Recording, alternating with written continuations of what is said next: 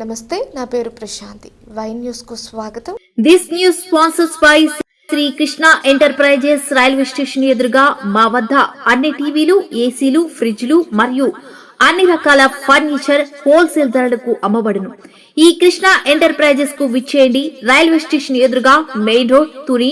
Proprietor Tamarana Satyanarayana. Anakapalli parliament నియోజకవర్గంలోని Janasena party నిర్మాణ సారథుల సమాచార సేకరణ కమిటీ వారం రోజుల కార్యక్రమం విజయవంతంగా పూర్తయిందని కమిటీ అబ్జర్వర్ పెండెం దొరబాబు తెలిపారు. విజయ రెసిడెన్షియల్ నిర్మాణ సారథుల కమిటీ కార్యక్రమం ముగింపు సందర్భంగా జరిగిన మీడియా సమావేశంలో దొరబాబు మాట్లాడుతూ జనసేన పార్టీ రథసారథి పవన్ కళ్యాణ్ ఎలాంటి ప్రలోభాలకు, రికమెండేషన్లకు తావు లేకుండా కేవలం ఆయన నేతృత్వంలోనే ఒక మహోన్నత కార్యక్రమాన్ని చేపట్టి పూర్తి చేశారన్నారు. కార్యక్రమం అనంతరం దొరబాబును కమిటీ సాలువతో సత్కరించి జ్ఞాపిక అందజేశారు. ఈ రోజున 27 మంది సభ్యులందరూ కూడా త్రికరణ శుద్ధిగా వారం రోజులు కూడా కార్యకర్తలందరినీ కూడా ఉత్సాహపరిచి వారందరూ యొక్క అప్లికేషన్ని ఓపికగా తీసుకుని ఈ సైన్యంలో నాతో పాటు పనిచేసినటువంటి వీరందరికీ కూడా ప్రత్యేకత, నన్ను ఇక్కడ పంపించినందుకు వీరందరికీ కూడా ప్రత్యేక అభినందనలు తెలియజేస్తా ఉన్నా.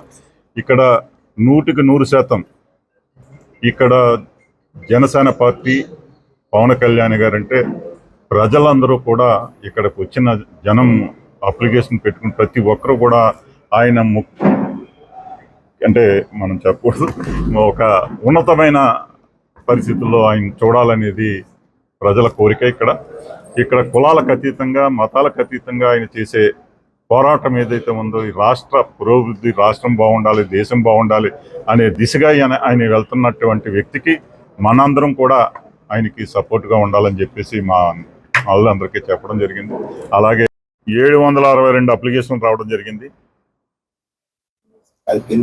పెందుర్తి అనకాపల్లి. నిన్న ఎవరైనా ఇంకా మిగిలిపోతే అప్లికేషన్ పెట్టుకోవాలని చెప్పడం, దానిలో భాగంగా కూడా 197 అప్లికేషన్లు నిన్న కూడా రావడం జరిగింది. ఈరోజు ఇప్పటికీ 120 పైగా అప్లికేషన్లు రావడం జరిగింది. టోటల్గా 2100 పైన అప్లికేషన్లు ఈ రోజున ఈ అనకాపల్లి పార్లమెంట్లో రావడం జరిగింది. నిజంగా గౌరవ ఉప ముఖ్యమంత్రి పవన్ కళ్యాణ్ గారు ఉప ముఖ్యమంత్రిగా ఈ 2 సంవత్సరాల కాలంలో ఆయన శాఖకే వన్నె తెచ్చే విధంగా ఒక నిజాయితీ పరుడైన రాజకీయ నాయకుడిగా ఈ రాష్ట్రంలో ఎప్పుడూ లేని విధంగా ఆయన ఉన్న శాఖని మరింత వన్నె తెచ్చే విధంగా ఎన్నో రోడ్లే కావచ్చు, ఈ మా కాకినాడ పార్లమెంట్లో నేను పిఠాపురం నియోజకవర్గంలో నేను చూసినంత మట్టికి మేము 2 సార్లు శాసనసభ్యుడిగా చేసింది పిఠాపురంలో. ఈయన శాసనసభ్యుడిగా వచ్చిన తర్వాత మేము చేయలేనటువంటి పనులన్నింటినీ కూడా ఈయన టేకప్ చేయడం, అలాగే అక్కడ దాదాపు 600 కోట్ల రూపాయలతోటి ఈ 2 సంవత్సరాల కాలంలో ఆల్రెడీ పనులు పూర్తి అయిపోయిన సందర్భం. అలాగే కోస్టల్ ఏరియా ఇప్పటి నుంచో కూడా తీర ప్రాంతం అంతా కూడా సముద్రం ఒక 2 కిలోమీటర్ల లోపలికి ఉండే పరిస్థితుల్లో ఉప్పాడ తీర ప్రాంతంలో ఈ రోజున అది రోడ్డు దాటి బయటకు వచ్చేసే పరిస్థితులు మనం అక్కడ మా నియోజకవర్గ పరిస్థితుల్లో చూస్తున్నాం. ఇది కోస్టల్ పరిస్థితి అంతా కూడా తీర ప్రాంతం కూడా ఇబ్బంది ఉంది. దీన్ని 323 కోట్ల రూపాయలతోటి ఆల్రెడీ సెంట్రల్ గవర్నమెంట్ తోటి తేవడం జరిగింది. అలాగే ఎన్నో వర్కులు చాలా వరకు ఈ జిల్లాలో, మా కాకినాడ జిల్లాలో ఆయన చేసినంత ఇదిగా, అంటే టెంపుల్స్, పిఠాపురం ఒక ఆధ్యాత్మికంగా ఉండే ప్రదేశం, దాన్ని మరింత వన్నె తెచ్చే విధంగా ఈ రోజున దాదాపు 25 కోట్ల రూపాయలతోటి టెంపుల్స్ కన్నింటినీ కూడా మళ్ళీ ఆధునీకరించే కార్యక్రమాన్ని చేపట్టడం జరిగింది. అవి కూడా త్వరితగతిన పనులు అవుతూ ఉన్నాయి.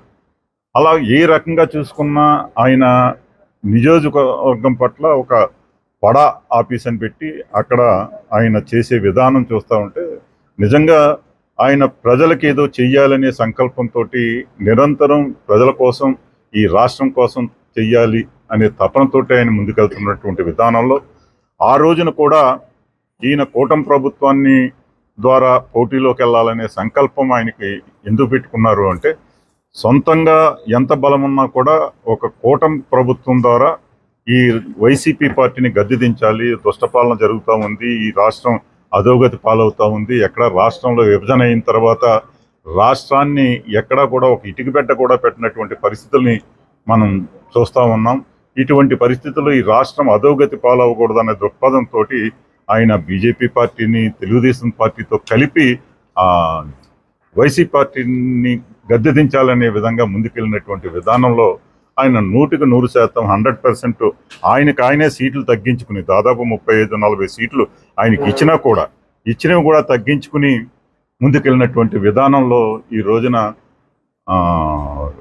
కూటమి ప్రభుత్వం అధికారంలో రావడం, ఈ 2 సంవత్సరాల కాలంలో పవన్ కళ్యాణ్ గారు చేసి విధి విధానాలు కానీ, అలాగే కూటమి ప్రభుత్వం ద్వారా చంద్రబాబు నాయుడు గారు ఇద్దరు ఈ రాష్ట్ర పురోభివృద్ధికి ముందుకెళ్తున్నటువంటి విధానం, అలాగే ఏదైతే మన అమరావతి ఉందో అమరావతిని ఈ రోజున అప్పట్లో 3 రాజధానులని చెప్పి ప్రజల్ని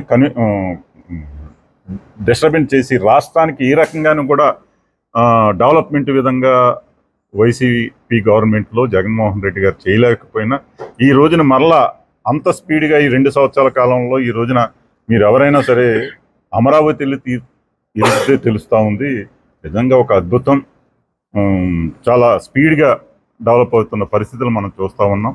ఇవన్నీ కూడా కూటమి ప్రభుత్వం ద్వారా ముందుకెళ్తున్నటువంటి విధానంలో ఆ రోజున చంద్రబాబు నాయుడు గారు 33,000 ఎకరాలని ఒక రూపాయి పెట్టుబడి లేకుండా రాష్ట్రానికి తీసుకొచ్చినటువంటి ఒక తెలివైన నాయకుడిగా, ఒక అనుభవం కలిగినటువంటి నాయకుడిగా తీసుకొచ్చినా కూడా ఈ వైసీపీ గవర్నమెంట్లో జగన్మోహన్ రెడ్డి గారు దాన్ని ఎక్కడ కూడా 3 భాగాలుగా 3 రాజధానులు పెడతానని ప్రజల్ని పక్కదారి పట్టించి ఎక్కడ కూడా రాజధాని విషయంలో ఎక్కడ ముందుకెళ్ళలేనటువంటి పరిస్థితిని మనం చూస్తూ ఉన్నాం. అటువంటి పరిస్థితుల్లో ఈ రోజున కూటమి ప్రభుత్వం వచ్చిన తర్వాత రాష్ట్రం అభివృద్ధితో పాటు సంక్షేమం, అభివృద్ధి ప్రతి నియోజకవర్గంలో కూడా ముందుకెళ్తున్నటువంటి విధానంలో రాబోయే రోజుల్లో ఈ 3 సంవత్సరాలు కూడా మరింత ముందుకి కూటమి ప్రభుత్వం ద్వారా అందులో మా పవన్ కళ్యాణ్ గారు మరింత అద్భుతంగా ముందుకెళ్తున్నారు. ఈ 2 సంవత్సరాల కాలంలో ఆయన డిప్యూటీ చీఫ్ మినిస్టర్గా ఆయన చేసినటువంటి విధానం, ఆయన ఒక శాఖకి ఏదైతే ఉందో ఎన్ఆర్ఈఎస్ ద్వారా ఇప్పటికే ప్రతి నియోజకవర్గంలోనూ కూడా విపరీతమైన రోడ్లు కావచ్చు, ట్రైన్లు కావచ్చు, విపరీతమైన అభివృద్ధి ద్వారా ముందుకెళ్తున్నటువంటి పవన్ కళ్యాణ్ గారికి వేదిక ద్వారా మరొకసారి కృతజ్ఞతలు తెలియజేస్తా ఉన్నాం.